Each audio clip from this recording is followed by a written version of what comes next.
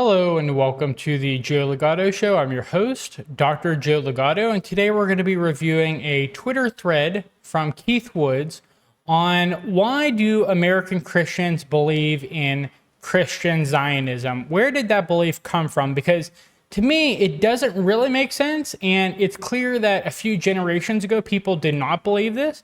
So why all of a sudden, within the last four-ish generations, did Americans start to believe in Christian Zionism? Well, let's read this Twitter thread.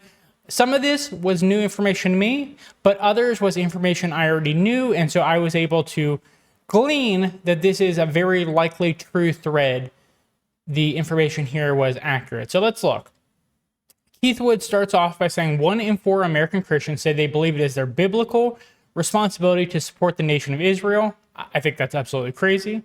But why are there so many Christian Zionists in America? So to start off with, why is that crazy? Well, one, there's no guarantee that the people who call themselves modern day Jews and the modern day nation of Israel are actually descended from historical Israel and historical Judaism, the Jewish ethnicity. And we know this from genetic studies that they are not the original Jewish population there. And in terms of their belief system, it's, I would say, fairly different from most iterations of old-time Judaism.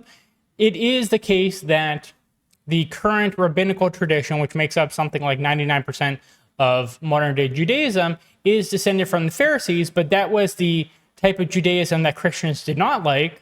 That was the type of Judaism that Jesus Christ fought against. And so it does not make overly much sense for Christians to support this nation that has really minimal in common with historical Israel. So let's start off with this. What is Christian Zionism? Christian Zionists believe that the Jewish people, again, there's no guarantee, and genetic information does refute this, there's no guarantee that the current Jewish people are the historical Jewish people. And from what we know, genetic studies do not support that they are the historical Jewish people. But Christian Zionists believe that the Jewish people have a biblically mandated right to a homeland in Palestine, that Christians should be active in advancing this. Oh, and I should also mention that the Palestinian people genetically seem to have more in common with historical Jewish people than modern day Israelis. So kind of hilarious here, in the saddest, most horrific way possible, that modern Americans are actually helping to wipe out the genetic descendants of Jews, which are the Palestinians, in order to help people who call themselves Jewish but who have very little in common genetically or belief-wise with historical Jewish faith and ethnicity. So he goes on to say that Christian Zionists believe in something called dispensationalism, which is a traditional heresy. And so I'm not going to put this on screen, but I will read exactly what this says. So Christian Zionists have shown varying degrees of enthusiasm for implementing 6 basic political convictions that arise from their ultra-literal and fundamentalist theology. The belief that the Jews remain God's chosen people leads Christian Zionists to seek to bless Israel in material ways. However, this also invariably results in the uncritical endorsement of and justification for Israel's racist and apartheid policies in the media, among politicians, and through solidarity towards Israel. 2, as God's chosen people, the final restoration of the Jews to Israel is therefore actively encouraged, funded, and facilitated through partnerships with the Jewish Agency. 3, Eretz Israel, as delineated in Scripture from the Nile to the Euphrates, belongs exclusively to the Jewish people. Therefore, the land must be annexed. Palestinians driven from their homes and the illegal Jewish settlement expanded and consolidated. So they're talking about something called a greater Israel here, which is that modern day Israel needs to take over territory from something like 4 or 5 different other nations. And so the United States is actively encouraging, and Christian Zionists are actively encouraging, the genocide of these populations. Should be absurd to anyone who calls themselves a Christian, but 1 in 4 Christians in America do believe this. So let's see what else it says. 4, Jerusalem is regarded as the eternal and exclusive capital of the Jews and cannot be shared with Palestinians. Weirdly enough, though, as I said, Palestinians are genetically more similar to ancient Jewish people than modern day Jews. You're welcome to go read the research literature on that. That is a true statement. In fact, even some Israeli news and media publications have talked about that. Therefore, strategically, Christian Zionists have lobbied the U.S. administration to relocate its embassy to Jerusalem, thereby ensure that Jerusalem is recognized as the capital of Israel. 5. Christian Zionists offer varying degrees of support for organizations such as the Jewish Temple Mount Faithful, who are committed to destroying the Dome of the Rock and rebuilding the Jewish temple on the Haram al-Sharif, noble sanctuary of Al-Aqsa, which is why the current crisis is going on. Hamas and other organizations called it Al-Aqsa flood because the Israelis were desecrating the mosque at this site, Jewish Temple Mount, also known as the Haram al-Sharif. And so, yeah, it's just shocking what is going on over there now. So let's finish this up with number 6. Christian Zionists invariably have a pessimistic view of the future, convinced that there will be an apocalyptic war of Armageddon in the imminent future. They are deeply skeptical of the possibility of a lasting peace between Jews and Arabs, and therefore oppose the peace process. Indeed, to advocate an Israeli compromise of land for peace with the Palestinians is seen as a rejection of God's promise to Israel, and therefore to support her enemies. So obviously a true statement. You've heard people like Lindsey Graham saying there's no amount of civilian casualties that would matter. Israel has to win this war, wipe out as many of Hamas as possible. And you've heard people from Israel, politicians, saying just wipe out the entire Gaza population. There are no innocents there. Which is a ridiculous statement to make, considering the fact that the vast majority of those people had no votes for Hamas. They were just born into a system where Hamas was the only agency in charge. If I remember correctly, I think it was 2006 when the vote happened for Hamas, and there has not been an election since then. They were the ones that were democratically elected, but Israel did not actually want that to occur, so they put Fatah in charge of the West Bank instead. And so there's this decoupling between Gaza, which is controlled by Hamas, and West Bank, which is controlled by Fatah. And since there's not been an election since, and half the population is under the age of 18, that means that the vast majority of people have had no vote on Hamas or not. And so they're considering everyone, the 2+ million people, including half of them children, to be Hamas supporters, despite the fact that they've given no indication that they are Hamas supporters. They are just stuck in a densely populated city as Israel bombs hospitals, as Israel bombs mosques, as Israel bombs Christian churches, everything. It's just a horrendous situation.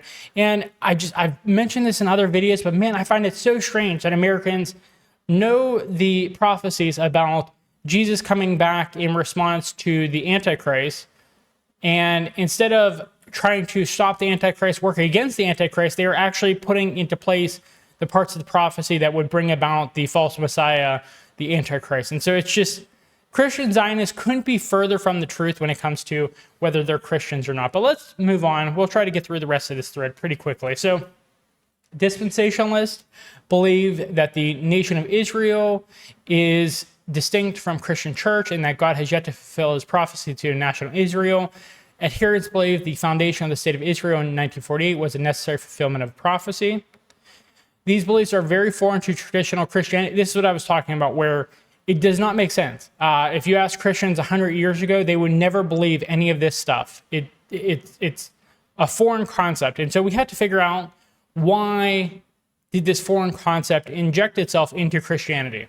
Okay, so the church fathers viewed the church itself as the new Israel. Yes, you could see that in a lot of New Testament scripture. You can see that in some of the teachings still in churches, but for the most part, churches have been co-opted completely by this dispensationalist mentality. But anyways, dispensationalists disregard tradition and take a literalist reading of scripture, viewing the church as a temporary insert into the flow of history.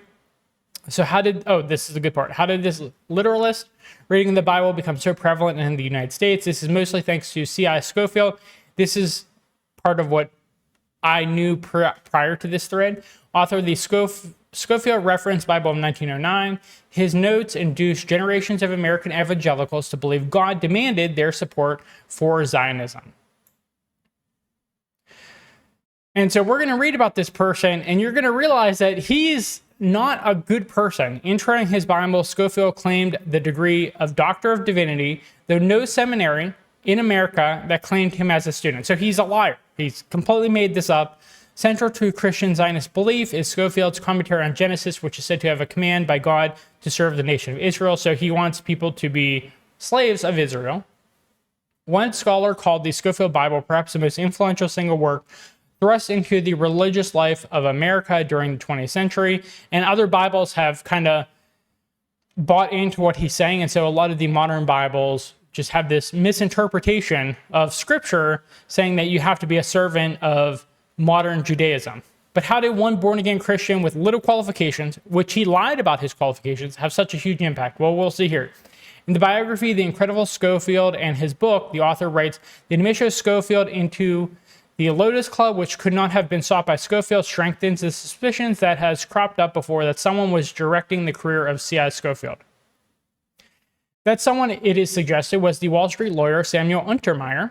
Scofield's theology was most helpful in getting fundamentalist Christians to back the international interest in one of Untermeyer's pet projects, the Zionist movement. Okay, so you have a Zionist who convinced a quarter of all Christians and most of the leaders of Christian churches in America to believe that they are supposed to be servants of this completely foreign version of Israel that is a false Israel, when it used to be the case that Christians believed that the church was the new Israel that God was talking about in the Bible. Anyways, Samuel Untermeyer was a wealthy Jewish lawyer and Zionist. Untermeyer funded the creation of the Jewish Theological Seminary, was president of Karen Hasad, the leading Zionist organization in America at the time, and was vice president of the American Jewish Congress. Okay. So this person who propped up Scofield to get this propaganda injected into the Bible, he was a hardcore Zionist. He did not have the best interests of Christians in mind, obviously. In The Unjust War Theory, Christian Zionism and the Road to Jerusalem, Professor David W. Lutz writes, Untermeyer used Scofield, a Kansas City lawyer with no formal training in theology, to inject Zionist ideas into American Protestantism. And I've talked about this in other videos where it worked so thoroughly that American Jewish people hate Protestants more than anything. They've shown this in surveys. And evangelical Protestants love American Jewish people more than anything. It's such a weird propaganda that Protestants fall for this to this extent. Untermeyer and other wealthy and influential Zionists whom he introduced to Scofield promoted and funded the latter's career, including travel in Europe. While in England, Scofield met with the head of Oxford University Press, who became enthusiastic about the project.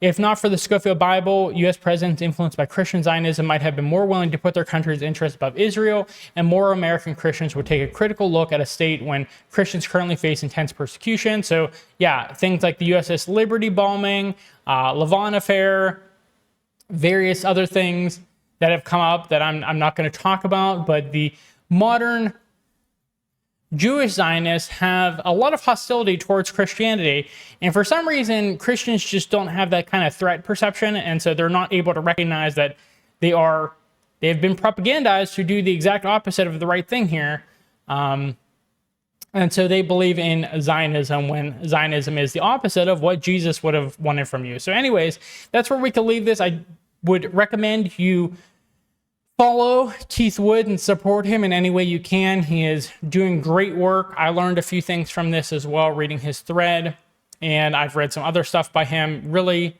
top-notch individual. So please follow him. Please give us a thumbs up on this channel. It does help us in the algorithm. Please subscribe to our channel on both YouTube and Rumble. We are getting suppressed in the algorithm, so we are moving to Rumble as much as possible. Please leave us a comment in the comment box. It does help us out, and we love reading and hearing from you. Thank you for watching, and I hope you have a good rest of your day. Bye.